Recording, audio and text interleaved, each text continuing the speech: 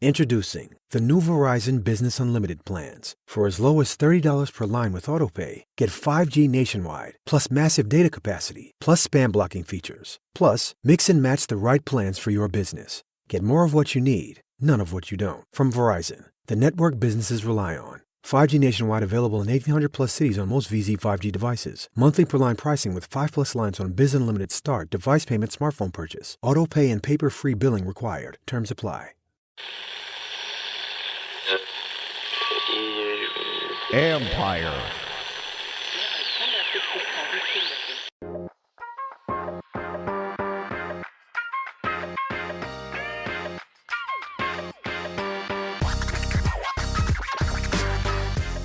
Welcome to Inside the Cap. I'm your host, Joel Corey. You can find me on Twitter at CoreyJoel. That is CorryJoel.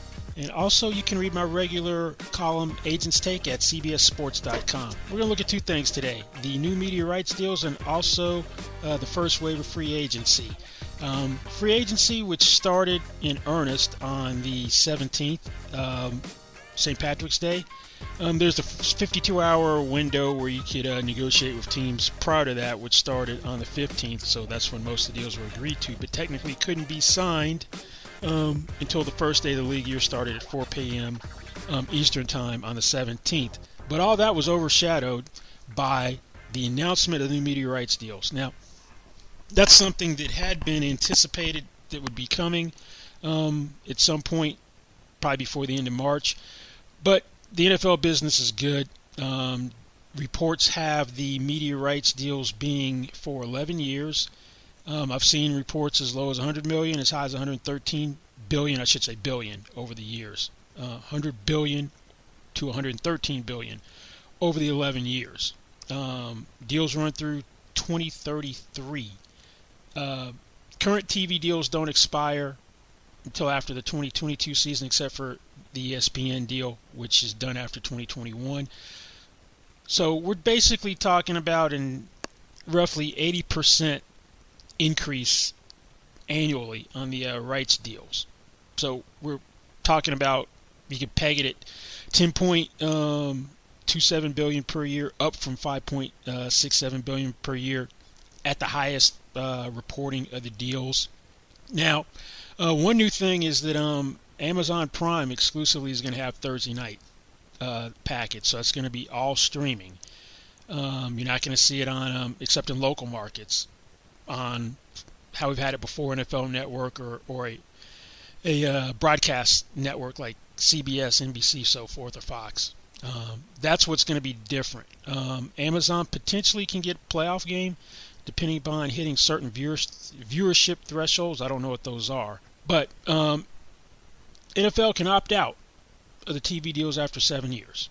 So that'd be heading into 2030, they could opt out. And I anticipate the NFL will, unless something goes terribly wrong in terms of football ratings or football interest going substantially backwards, because by then the NFL will have figured out how to exploit gambling revenue in a significant way, and they're going to try to hit rights holders over the head again at that point as well.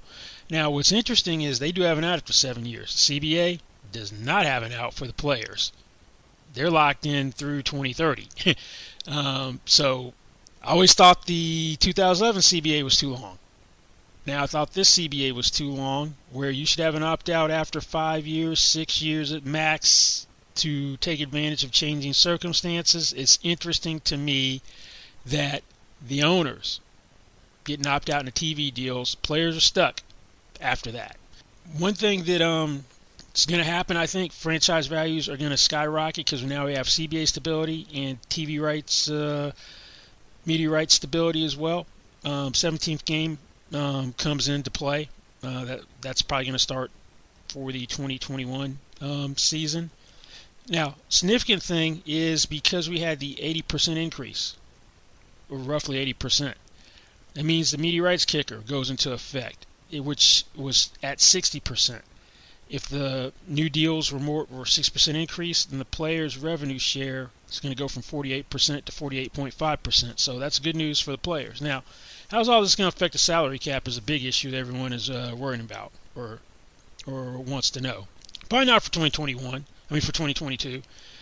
First, we got to pay back, probably in 2022 and also 2023, the money that was borrowed to keep the cap from going to the projected $160 million range because of lost revenues. So we got to borrow some of that. We got to pay that back. Pay back what we used this year to keep the floor above 180. We're at 182.5 million in the cap this year. So that's going to blunt some of the increases. Then the other thing is, how are the increases once the new TV revenue kicks in? Hopefully we get back to 198.2 million, which is where we were 2020 for next year. Then it's going to become, how are they going to put the new money in? Now, when I was an agent, I saw media rights deals come into play twice, and they didn't do it like they did in 2011, where it was phased in or smoothed in. It was one big dump. Back in 1998, the salary cap went from 41.454 million to 52.388 million. Now, it doesn't seem like a big increase just from a numeric standpoint based on increases we've had recently numerically, the difference between the 2 years. That's a 26.3% increase on the cap. So that was one big spike. And also, which coincided with that spike, was something which was near and dear to my heart. The player rep board decided that they were going to take the maximum fee from 4% to 3%, but grandfather in anybody who was on a 4% contract. So you basically were cutting agent fees by a quarter by doing that. Max fee is still 3%. That survived an attack a couple of years ago where the players wanted to cut the max fee to 2%. But now, and then in 2000, I think it was 2005, 2006, it went from 88.5 million to 102 million. That was a 19.3% increase cap-wise, percentage-wise. So we'll see if it's one big spike in 2023 or 2024, or it's going to be phased in gradually. But we do know that each team is getting over 300 million per year annually from just the TV rights or broadcast media rights deals. So NFL business is booming. Support for this podcast comes from PayPal. Small business owners, turn your smartphone into a cash register. PayPal QR codes are the safe and easy way to get paid in store, and they deliver the same security and trust PayPal is known for online, in person.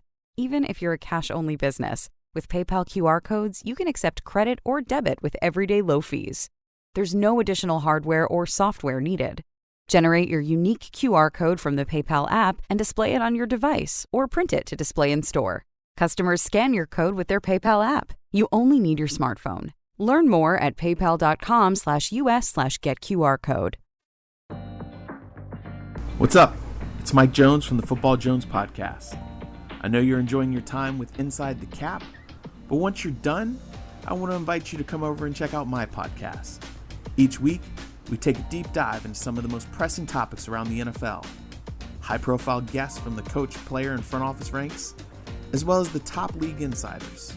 Check out the Football Jones podcast, another fine product brought to you by Empire Media. Let's look at some of the major developments from free agency, since we can safely say the first wave of free agency is now over. The biggest surprise out of anything was the Patriots. Bill Belichick were very aggressive right out the box. That is uncharacteristic of the Patriots. Typically, they're not making a big signing early in free agency. They did a few years ago with Stephon Gilmore, signing him to a 5-year, $65 million contract. Gilmore is now in the final year of the contract, and there has been speculation that he will be traded because he wants a new contract, so we shall see. But it was just the onslaught by the Patriots. Prior to free agency starting, they re-signed Cam Newton as a quarterback, which conventional wisdom suggested that Cam Newton was going to be going elsewhere. 1-year deal, $5.1 million is the base value, $3.5 million guaranteed. Max is out at $13.6 million. with incentives. That's not money for what a guy who is pinned in to start. He's penciled in to start. I wouldn't be surprised if they drafted someone with the 15th overall pick, but they have upgraded the talent around Cam Newton or whomever else is the quarterback. They agreed to a trade before the league year started to get a tackle, Trent Brown, who they got in a trade draft day a couple of years ago from the Niners. Had a very successful one-year run in New England. Comes back, had 2 years left on his contract with the Raiders for $29.25 million. Agrees to play for 1 year for $11 million, and they lopped off to last year. That was before they got started in free agency. Free agency, they go out and first sign Jonnu Smith to $50 million over 4 years, $12.5 million per year, tight end, $31.25 million guarantees, all fully guaranteed at signing. That is the most fully guaranteed at signing in a tight end deal. George Kittle has $40 million overall guarantees, but $30 fully guaranteed at signing. Was not expecting that to happen. I thought if Jonnu Smith could get above Austin Hooper, who signed last year to become the first tight end to ever sign a deal for more than $10 million per year with the Browns, if he could get above $10.5 million per year, that'd be awesome for him. Did not see this deal coming, particularly since some other positional markets were affected by the cap dropping from $198.2 million to $182.5 million, but not tight end. And the Patriots weren't done at tight end. Then they go out and sign Hunter Henry from the Chargers. $12.5 million per year as well, but $37.5 million over 3 years. $25 million fully guaranteed signing. So to me, it looks like they're trying to replicate the success that they had briefly in the early 2010s with Rob Gronkowski and Aaron Hernandez when those two were the two highest paid tight ends in the NFL. In 2012, they both signed deals. Gronkowski was 1 by average yearly salary, and Hernandez was 2 by average yearly salary. Obviously, neither one of those guys appears like he could be the second coming of Aaron Hernandez, which would be great. So, but on the field, they're trying to replicate that. They go out and get a couple receivers, most notably Nelson Aguilar, who was playing for a veteran salary benefit contract last year with the Raiders. 1 year prove-it deal paid off there, had a career high in receiving yards, averaged like 18 yards per catch. Was a deep threat, which he wasn't in Philadelphia. $22 million over 2 years base value, maxes out at $26 million, $16 million in guarantees. Going to get Matthew Judon to help shore up the defense, the pass rush, $54.5 million over 4 years, maxes out at $56 million, $32 million in guarantees. Among the other signings, Kyle Van Noy comes back after his 1 year stint in Miami. $12 million over 2 years, $13.2 million max. Jalen Mills, $24 million over 4 years, $9 million guaranteed to help in the secondary. Dietrich Rice re-signs, $22 million 4 years, $30 million max with incentives, $10 million guaranteed. Overall, the Patriots spent close to $300 million in signing people to contracts, close to $300 million with like 160 in overall guarantees, not fully guaranteed signing, but still, that is something you did not expect to see out of Bill Belichick. But the talent on the roster has been upgraded. The skill positions really needed to be upgraded because this goes back to when Tom Brady was last there in 2019 and played a role of him leaving, among other things, that the talent around him just was not good. So Cam Newton did not look like the old Cam Newton. When he was the MVP form with the Panthers pre-injuries. He had probably the worst surrounding cast in terms of skill position players last year. That's not going to be the case this year because they've made a major upgrade. They were 7-9 last year.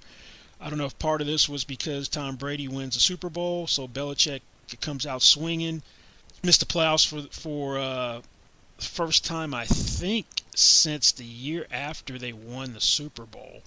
The first Super Bowl. So I think that would be the 2002 season, I think. They won in 2001. So I think it was 2002 last time they missed. No, first time they had a losing record, I should say. They missed playoffs when Brady was out and Matt Castle was a quarterback. I think they won 11 games to miss the playoffs. But first losing season since his first year in New England, which was, I think, 2000. 7-9 last year, so he's looking to try to get back in the playoff mix with all these signings. So we'll see how it pays off. Mixed reviews on the signings has been what a lot of people have thought. Some good, some thought it was bad. Just not money well spent. Now, speaking of Tom Brady, Tampa Bay has done a pretty good job of being in a position to run it back. Levante David re-signed. Rob Gronkowski re-signed. Chris Godwin's on a franchise tag for almost $16 million. Shaq Barrett's re-signed. And Tom Brady also committed to 1 more year. 1 year, $25 million extension, where they freed up $19.3 million of cap room. They've given, he had a cap number of $28.375 million. Cap number drops to $9.075 million. $40 million is turned into treated like signing bonus, $20 million fully guaranteed roster bonus, and $20 million signing bonus. The signing bonus, $15 million, is deferred until payment is deferred till 2022. They added 3 dummy years to stretch out the proration. That's how they get the cap number down so low. So if Brady doesn't play after the 2022 season, they're going to have $24 million in dead money. This is uncharacteristic of Tampa Bay. Tampa has been a team which has used pay-as-you-go contract model. And by that I mean salary cap number and cash are the same each year. So if you don't restructure a contract, once the guarantees run out, and usually the first couple of years, because you're not given a signing bonus, you have a roster bonus which is not proratable in the first year, then base salary guarantees in the second year typically. And you can cut a guy and there's no dead money or cap charge for a player no longer on the roster if you don't restructure the deal. So you have maximum cap flexibility. Huge departure from that. But if you're going to go for it and not care about the cap consequences down the road, this is the team to do it. They got a old quarterback who is defying Father Time like nobody else ever has. Says he wants to play till he's 45, so maybe he'll play longer than that.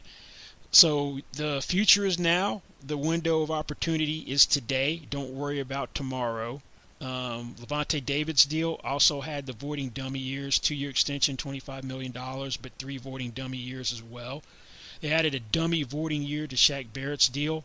So this is a huge departure for the Patriots. I mean, not the Patriots, the Buccaneers, because this is just not how they do business cap-wise, but they're going for broke as long as they have Tom Brady on the roster.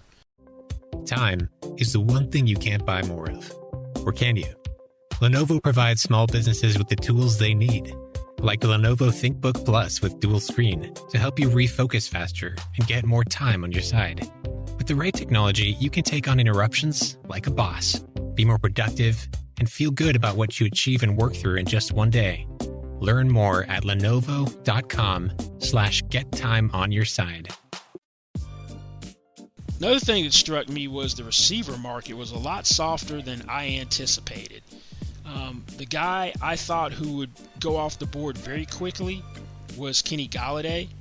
I figured that because Chris Godwin and Allen Robinson were given franchise tags, and he was the only guy who was a legitimate number 1 receiver, although he was injured most of 2020, only played 5 games, that he would be gone by the time free agency officially opened on Wednesday, the 17th. But he had kind of the old-fashioned free agency. Got to go on a trip, take a visit, drum up more interest. And ultimately, he ended up signing yesterday with the Giants. $72 million over 4 years, averages $18 million per year, $40 million in guarantees, $28 million fully guaranteed at signing. $76 million max through incentives. Now, coincidentally, last time the Giants had a number 1 receiver was Odell Beckham Jr. Odell Beckham Jr., who signed an extension in 2018 when the cap was $177.2 million. They averaged $18 million per year as well. So the market has topped out at about where it was 3 years ago, because that deal made him the highest paid wide receiver at the time. We saw other receivers not fare so well. Corey Davis was the first guy to sign, went to the Jets at great number 2 money, $12.5 million per year, 3-year deal, $37 million total, $27 million in guarantees. He's young, so he'll come up again where he can get another bite of the apple when TV money's infused into the equation if he produces. Juju Smith-Schuster's free agency didn't go the way he anticipated. He had basically anticipated he'd be leaving Pittsburgh. Goes back on a one-year deal for $8 million. Juju Smith-Schuster to Pittsburgh. Will Fuller, market didn't materialize the way he wanted. Goes to Miami. 1 year deal, $10 million, $58,235, fully guaranteed. $3 million in incentives, so it can max out at a little over $13 million, and he'll try to hit it next year in free agency. This was one market that has been a lot softer than I thought it would be. That's not the case with the top of the offensive line market. We saw Joe Thuney become the first $15 million per year guard. He signed with the Chiefs, who needed to do something to shore up the offensive line. Still don't know who's playing tackle, and that was a big problem in the Super Bowl. $80 million over 5 years, $50.89 million in guarantees, $31.89 million fully guaranteed. Now, two guys should be really happy about that deal that Joe Thuney signed. One, Brandon Sheriff, who got franchised for $18.036 million by the Washington football team. That's his floor. And then if I'm Quentin Nelson, a guy the Colts have as a priority to sign an extension, he's got 2 years left because of the first-round pick. He's got a fifth-year option.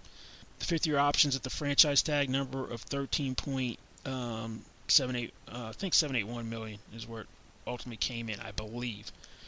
So I'd wait till all the dust is settled. Sheriff, I think, is going to get at least $16.5 million per year. And if I'm Nelson, I'm looking to go over that. I'm looking in the $17-18 million per year range if things go as I think they will if I'm Quentin Nelson. Corey Linsley became the highest paid center in NFL history at $12.5 million per year. Not the strongest structure for a player. $26 million in guarantees, $17 fully guaranteed at signing. So theoretically, the Chargers could get out of the deal after making a 1 year, $17 million deal, but I anticipate at least he's going to play 2 years for the $26 million. Trent Williams, you saw the value of someone not being able to be hindered by a franchise tag. Part of the acquisition last year during the draft after Joe Staley retired, when the 49ers got him from the Washington football team, was reworking his deal, and they agreed they couldn't put a franchise tag on him. Patrick Mahomes and the Chiefs made a push to get Trent Williams to come to Kansas City, but ultimately he stays with the 49ers. It's billed as a 6-year, $138.06 million deal for an average of $23.01 million, which would be the maybe the highest paid offensive line in NFL history. It was David Bakhtiari at $23 million per year. But that's a little misleading. There's $45.1 million guarantees, $40.1 fully guaranteed at signing. But it's really a bifurcated deal. It's $60.75 million over 3 years, which averages $20.25 million. Then there's an option for years 24 through 26 that has to be picked up before April 1st in 2023. And if the option's picked up, $10 million of 2023 becomes fully guaranteed, and then the last 3 years are for $77.31 million. So that's 25.77 those last 3 years average. So we'll see if they pick up those years. Pass rushers went off the board very quickly. You saw an abundance of them. That market was a little softer than I thought it would be as well. Shaq Barrett topped out at $17 million per year among the pass rushers. I figured he might be in the $20 million per year range. Deal maxes at $72 million over the 4 years. $34.5 million fully guaranteed. $68 million over 4 years is the base value. By comparison, 2 years ago in free agency, Trey Flowers, not nearly the pass rusher that Shaq Barrett is, goes from the Patriots to the Lions for $18 million per year, with $56 million in guarantees, with 40 fully guaranteed at signing. Saw tons of guys. Bud Dupree, the torn ACL in December didn't impact him. $82.5 million over 5 years, averaging $16.5 million per year to go to the Titans. Deal maxes $85 million, $35 million in guarantees. Leonard Floyd stays with the Rams, $64 million over 4 years, $32.5 million fully guaranteed. Carl Lawson goes from Bengals to the Jets, $45 million over 3 years, maxes out at $47.4 million with incentives, $30 million fully guaranteed. Trey Hendrickson replaces him in Cincinnati, $45 million over 3 years, $16 million guaranteed. Bengals deals don't have guarantees like most other teams, so the guarantee is going to be low. Matthew Judon leaves the Ravens, just like every other good pass rusher they've ever had. Leaves the Ravens. That Zadarius Smith, they let him walk out the door. So there's a long history of them not keeping pass rushers and filling the need through the draft or within. This was surprising. This is a little low to me. $54.5 million over 4 years. Max is at $56 million, $32 million in guarantees. Yannick Ngakoue didn't have the year he wanted, bounced around, wanted out of Jacksonville in the worst way, gets traded to Minnesota. Then they trade him to the Ravens.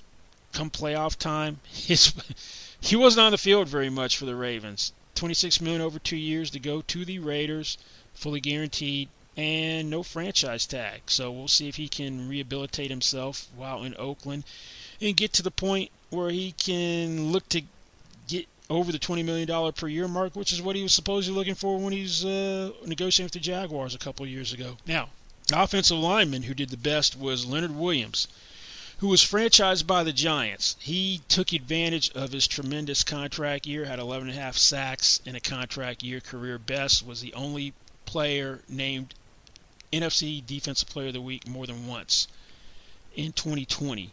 They franchised him a second time to buy more time, which they did to get a deal done. $63 million over 3 years, averages $21 million per year, $45 million fully guaranteed. Hats off to Leonard Williams for putting himself in a position to reap the benefit of playing last year on a franchise tag. So that's some of the major things we saw in free agency this year. One more, the Raiders' dismantling of the offensive line. That was a little surprising. Trent Brown traded. Gabe Jackson traded to Seattle. Rodney Hudson wanted out. He gets traded to the Cardinals. So Colton Miller, the left tackle they drafted in the first line a couple of years ago, now anchors the line. They cut Richie Incognito and then brought him back. So John Gruden and free agency have been a strange mix. His guys haven't typically panned out. And now it's going to be interesting to see how this offensive line works with Derek Carr. His played fairly well for them. So that was a little surprising, too, the Raiders dismantling the offensive line. Support for this podcast comes from AT&T.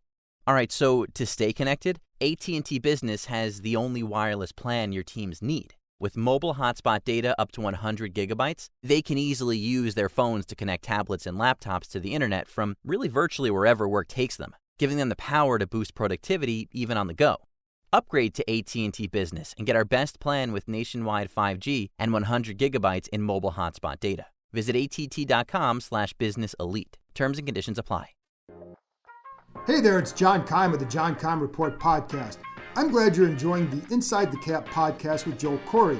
When you're done, I invite you to listen to my podcast. Twice a week, my guests and I discuss the Washington football team and the NFL. The show features numerous NFL insiders, former and current players and executives, and taps into the insight gained in my 25-plus years covering this franchise. Check out the John Keim Report, another fine product offered by Empire Media. That's going to wrap it up for this week's Inside the Cap. I want to thank you guys for listening. Don't forget, you can find me on Twitter. That's Corey Joel, CORRYJOEL. And I have my regular CBSSports.com column, Agents Take, so check that out as well. Thanks for listening, and we'll see you back here next time. Goodbye.